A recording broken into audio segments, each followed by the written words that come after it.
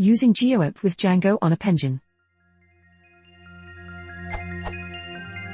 I tried Django recently, and worked just fine for me, even without installing that C library.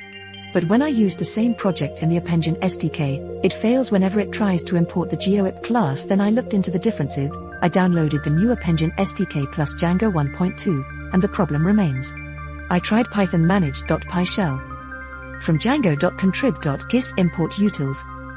Utils.has_GeoIP hashtag returns false Django in Appengine.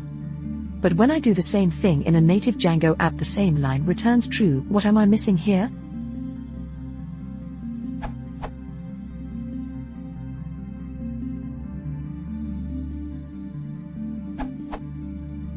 The GeoIP class is a wrapper around the GeoIP C API.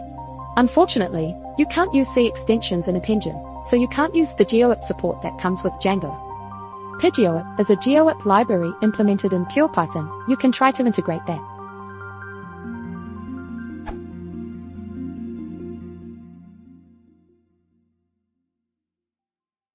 If you want to talk Django, please consider subscribing.